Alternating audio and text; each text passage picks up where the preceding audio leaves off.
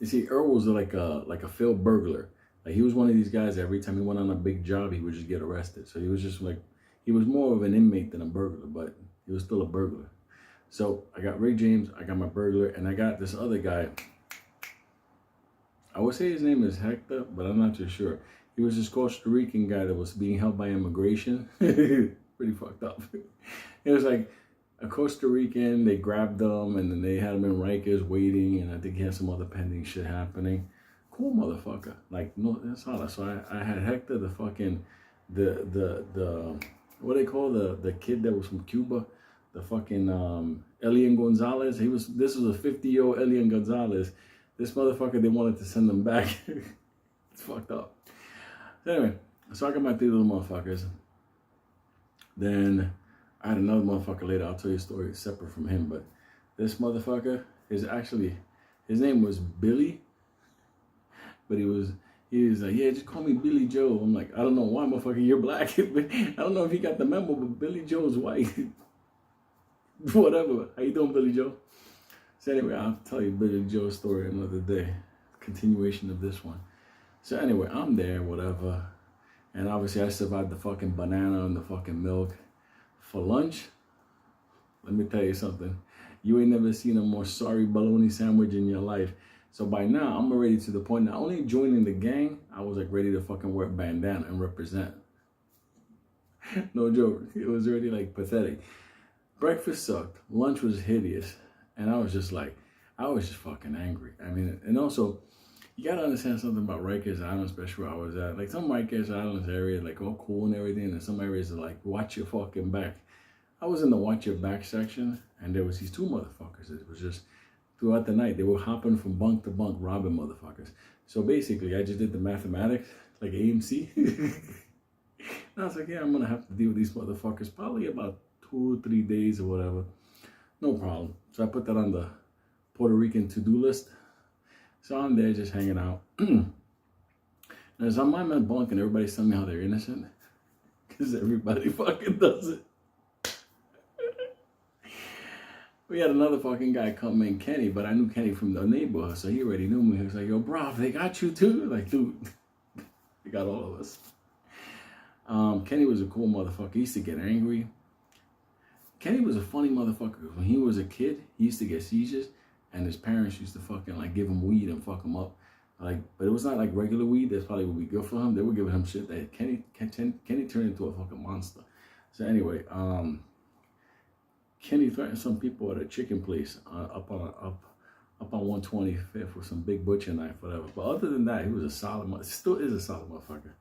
But anyway, they got him in Rikers, whatever. So I got Kenny, I got Earl, and I got Rick James, and I got Billy Joe. Pretty nefarious little group, but I had them together. So nighttime is creeping, you know, after surviving the banana and milk and that bologna fucking sandwich. I was like, oh my God. All of a sudden, I'm like, what is that wonderful smell? I was like, when you're in a room full of like 45 fucking men, if something catches your nostrils, like, that's something important. So all of a sudden they call for dinner, and I see everybody like fucking line up like soldiers, like they're gonna fucking salute. I'm like, what the fuck is this? So I was like, fuck it, I get online. So I'm online with my crew, whatever, and we're on the line, and the line's moving forward, and as they get closer, because after the banana and the milk and the bologna sandwich, I was like, what are you gonna feed me, a honey roasted chicken? No joke. I go up there, it was the most beautiful thing ever. It was this piece of chicken with some veggies and some mash, but it was not just regular. Like, when you look at it, this chicken, it was special, and you could tell it was special. It was like a honey glaze with like, I think it was like rosemary or sage. It was just crisp, like an oven roasted. And I was looking at this and I'm like, am I actually looking at this? Big black motherfucker next to me, like, yeah, that's just real fucking good.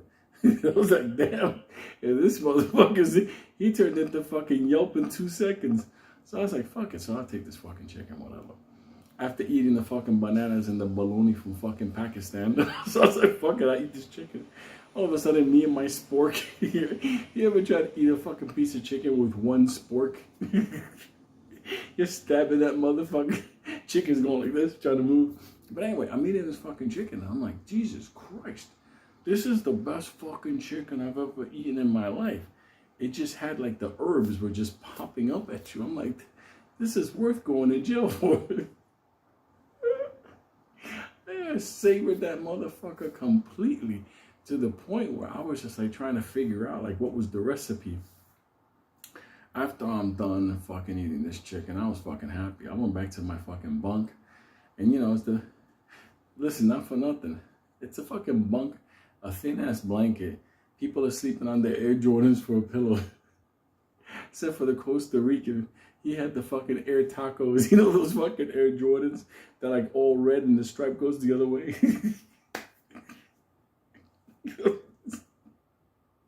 Let me tell you something. You know your ass is tired when you're sleeping on your sneakers and you're like... So anyway, the next morning I fucking wake up and I was so fucking happy about the chicken from the night before. I was like, that's just amazing. All of a sudden I thought the food was improving. All of a sudden I go back on the line. Fucking big black motherfucker with a do-rag gives me 2 bananas and a milk carton. I was fucking heated. I was like, motherfucker. I was so fucking pissed. And I had gangs trying to recruit me, Latin Kings. I had fucking Bloods. I mean, I had everybody trying to recruit. It was like fucking recruitment day. I don't know what it was. Everybody's like, well, you gotta join us. I'm like, dude, unless you got a piece of that chicken, I'm not gonna fucking join you motherfuckers. That chicken was like, memories of the chicken that I love. So I was waiting for that chicken to come back. All of a sudden, dinner that night, I was like, the chicken is gonna be there. The chicken is gonna be there. You know, because lunch was Pakistani fucking bologna. It was like that. That bologna was so fucking painful. You needed painkillers just to look at that fucking thing. Anyway, you don't bite that motherfucker, it bites you. So I turn around and I'm going to dinner like I'm going to a restaurant. I'm on the line with a bunch of motherfuckers about to do 20 years upstate. And I'm on this fucking line, whatever. And I'm thinking, it has to be, this is my chicken. This is my chicken. It was the most fucked up piece of meatloaf ever. It looked like they took a sponge and fucking set it on fire. And a couple of fucking green beans were like that. I don't want to be here. So I was fucking angry. I was like, why can't they bring back the chicken? I didn't know that chicken was like a special treat there. So all of a sudden, the next fucking day, wake up in the morning, angry, my little toothbrush. Like a toothbrush for every tooth. So all of a sudden, it's like fucking banana and milk. Motherfuckers didn't know. I was about to go Michael Myers on motherfuckers.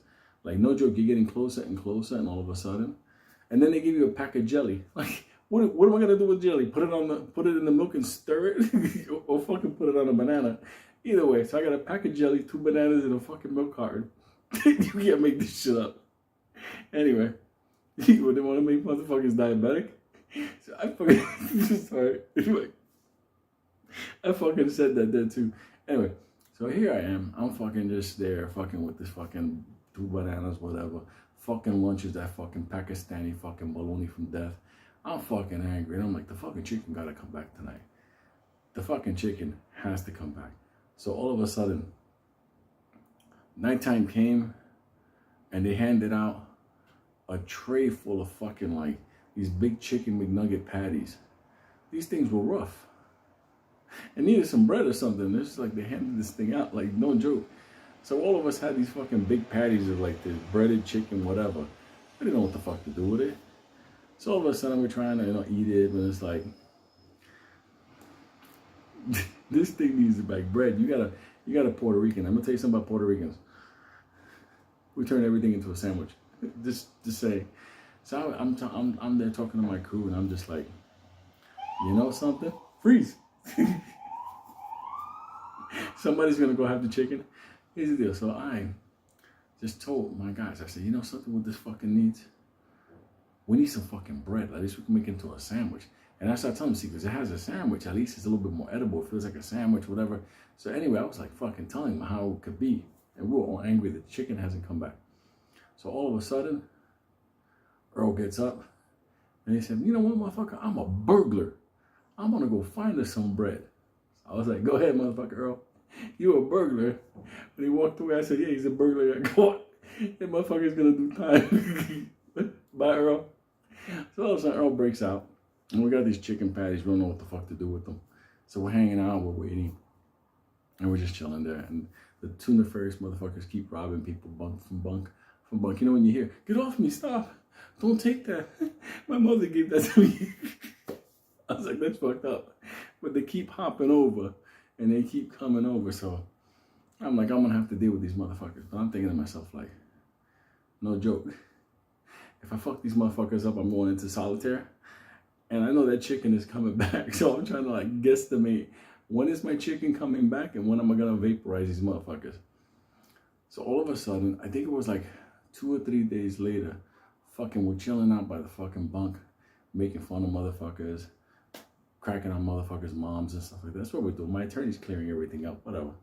All of a sudden, as I'm there, and we're hanging out, all of a sudden Earl comes back with this big bag of fucking Wonder Bread. It wasn't really like Wonder Bread. It was like Rikers Island Wonder Bread, you know, the kind that's wrapped in butcher paper, all sliced up. You know, that kind of fucking bread that if you didn't have a weapon, you could take out one of these slices and you could fuck somebody up, scratch their face. Anyway. So now, I was like, oh, where the fuck you got this fucking bread? He goes, oh, I tell you, man, I'm a burglar. I found this bread in where the COs, that's their bread, they got their stash. I took this bread. I was like, all right, fuck it. Before they come, let me get 2 slices. We still have some of those big chicken patties. It's like Rikers Island chicken McNuggets. And we're fucking there and we're fucking having, we're fucking eating. Yo, listen, I wasn't touching that fucking bologna. Nobody knows what they did with that bologna. And you could only imagine the kind of shit those motherfuckers did. I'm surrounded by motherfuckers wearing do-rags. So anyway, so we're fucking eating this fucking chicken sandwich the best we can, but it ain't my chicken sandwich. That chicken was out there. So anyway, we're chilling out. All of a sudden, we finished our chicken patty things, and it's like we're done. And all of a sudden, there's so much bread. So I thought, oh, how much bread you got in there? He said, I got a lot of bread. I don't know what I'm gonna do with it. I said, hold up a second. We got the jellies from the morning. Hold the bread. He said, no problem, man. I'm gonna put it in my pillow. Motherfucker wrapped up the fucking bread. It was like, listen, he kept the bread warm and safe. Nobody was gonna rob it. He was a big angry motherfucker. Big black angry motherfucker with a mustache. Like Tom Selleck type stuff. Anyway, he was guarding our bread. We got the jellies lined up. But we needed something to go down with the you know, the bread and the jelly, because we're gonna cut it into like little little sandwiches. And all of a sudden, I figured it out. One of the corrections officers there, his name was Smitty. And Smitty used to drink tea, so he used to have his tea, and he used to have a tea bag in it. So he used to sit down and read his newspaper. So I figured everything out. I said, dude, this is what we got to do. Somebody got to distract Smitty. And then Earl, you got to go over there and fucking burglarize that fucking tea bag. Once we take that tea bag, we can make a big pot of tea. Okay, we had the most fucked up pot of tea in the world. This is why crime does not pay, because if you have a pot like that in your life, anyway, all of a sudden, so fucking Earl goes over there, grabs the tea bag. I distract Smitty. Smitty, cool people. Actually, I avenged Smitty. So Smitty's a cool guy. So now we got this tea bag in this fucking big clear like vase where you put plants in, and we're waiting for this one tea bag to turn the water into color to make it into tea, because you can't have tea or coffee there. Okay, so we're putting it by the sun. Like maybe the rays from the sun can heat it up. And we have fucking Rick James cutting the bread in little slices, putting jelly on it. We're about to have afternoon tea. We big time now. All of a sudden, we're just there drinking our tea with the little finger sandwiches with the jelly. Life was pretty good for what it is. I mean, even though motherfuckers right now, at that point, motherfuckers were getting robbed in the corner, like, help. I'm like, all right, later, motherfucker. That's fucked up. Anyway, so we hang out for a while after the afternoon tea, and all of a sudden, It can't be. Sure enough, motherfuckers were lighting up, getting ready to salute. I had my spork ready, and all of a sudden, I was like, this is fucking beautiful. Now I could fucking have my chicken, enjoy it, and I could vaporize these motherfuckers if they come towards my bunk. So anyway, I grabbed my chicken, and I was like, oh my God. I look at it, and it's just like, it looks even more perfect than the first time. So I start fucking having this fucking chicken, sporking it to death. I was so fucking happy. It was just like the best thing in the world. God damn that chicken. So anyway, that's my third chicken dinner. It's a couple of days, whatever. And then I'm like, all right, no problem. So at the end of the night, whatever, I see the two motherfuckers that are like robbing people bunk to bunk to bunk. All of a sudden, they're looking at me, and like, all right, whatever. So anyway, I was chickened up. I was ready for war. I could do solitaire now for a couple of days. So anyway, little did I know the future. All of a sudden, Smitty comes up to me. Which is weird because they don't really come in to the back here. And Smitty says, listen, do me a favor. You see these two motherfuckers? You do this for me? I'm like, oh, okay. You got some more chicken? No joke. He's like, I can take care of that. I said, well, how did they do it? What happened? He's like, these motherfuckers put a pack of mustard and ketchup in my chin when I sat down to read my newspaper. I know it was them. First of all, I was happy I was going to get that chicken. I was like, how'd they get mustard and ketchup in here? Bastards. I would have done like a little fucking sauce there. I would have been like that, woo, on that chicken. Anyway, so Smitty gave me the fucking green light to fucking go fucking wild zone on these motherfuckers. I didn't give a fuck. I want to get a piece of chicken. I'm good to go. Smitty was a cool guy. He used to, listen, he used to read the newspaper. Then he used to tell the guys they could read the newspaper. I told Earl one time, listen, guy, go get that newspaper. There were so many motherfuckers fighting for that newspaper. He came back with 3 sheets. I'm like, what the fuck was I supposed to do with this? You could tell the weather on Monday, Tuesday, Wednesday, but you didn't know what was going to happen Thursday, Friday, Saturday. You would read a story about something going on. You don't know if the police caught the burglar or something or the murderer because it was like half the page was gone. What the fuck are you going to do with 3 pieces of newspaper? Whatever. So now it's basically time for vaporization was coming because I know Smitty had that chicken somewhere around here. Sure enough, I go into the place where there's like the metal sinks. It was a weird place because it was a big fucking boat, South Bronx. So you go in, there's 3 sinks, 3 stalls, or whatever. I walk in, they walk in. It's on. Chicken warfare, heads to sinks, all kinds of fucking stuff. Fucking Queens District Attorney, they wanted me to fuck off that boat. They wanted me to the fuck out of that county and out of the state. That's a different story. And for those people that doubt that the story is for real, trust me, Mr. Elk Spaghetti can get the papers for you. Here's the deal. So all of a sudden, finish fucking these motherfuckers up. I went fucking Rambo on these motherfuckers. So I go back to my bunk. I'm waiting for Smitty to come back on work the next day. And all of a sudden, he comes over and he's like, I heard, man. I got that chicken for you. I was like, so I'm in the rec room where everybody's fighting for the Pakistani fucking bologna chicken. The bologna, I'm in there with the fucking chicken there. I was still sharing, but let me tell you something. Sharing a piece of chicken with 4 motherfuckers, that's rough, but gotta spread the love. So we're there. We're drinking with Kool-Aid with no sugar in it, the red stuff. That was the best red wine I ever had with the fucking chicken. This was like going to fucking Tavern on the Grill in the old days. Let me tell you something. Kool-Aid, no sugar, and sharing chicken with a bunch of black people in prison. It changes Thanksgiving, the meaning of it completely. You can't. Costa Rican like, you have a wing? I was like, dude, get whatever you can, man. Anyway, so I ate that and it was cool. By that time, the district attorney in Queens wanted me to fuck off the planet. I was causing enough chaos in that motherfucker. So on the way out, because obviously they made a mistake because they weren't supposed to hold me or anything.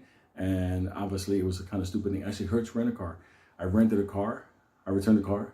They never closed out my contract. Then they reported the car stolen. I wasn't even in the country again. Nonetheless, but they held me for 16 days at Rikers, which was pretty interesting stuff, whatever.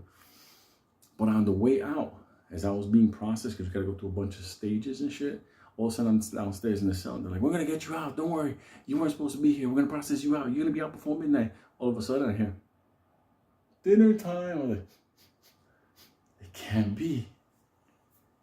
Is it my chicken? And I was just slowing, dudes, there ain't no reason to rush out of here. We all good. They're like, no, Bravo, we got to get you out here before midnight. Before midnight, you got to be out of here. I'm like, then get that chicken in here. I'm fucking eating dinner before going out.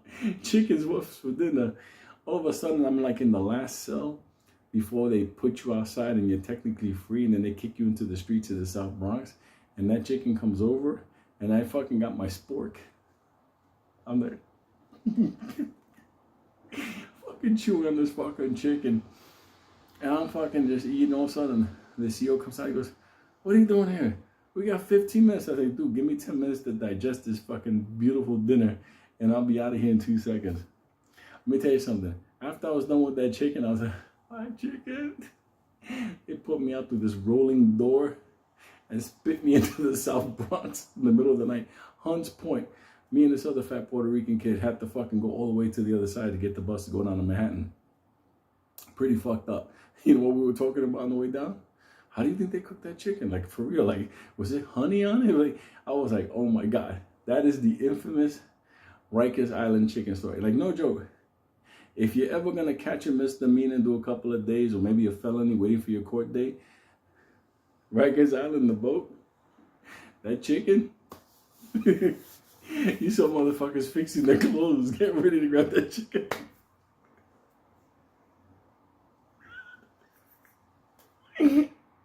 You never saw a bunch of miserable people so fucking happy to have that fucking chicken. But I can tell you one thing. Every time I eat chicken after that fucking day, or those 16 days, nothing will ever compare to the taste of that wonderful bird. So let me tell you something. Right now, I think there's a motherfucker right now in Rikers like, when's chicken coming? Yeah, go see motherfucker.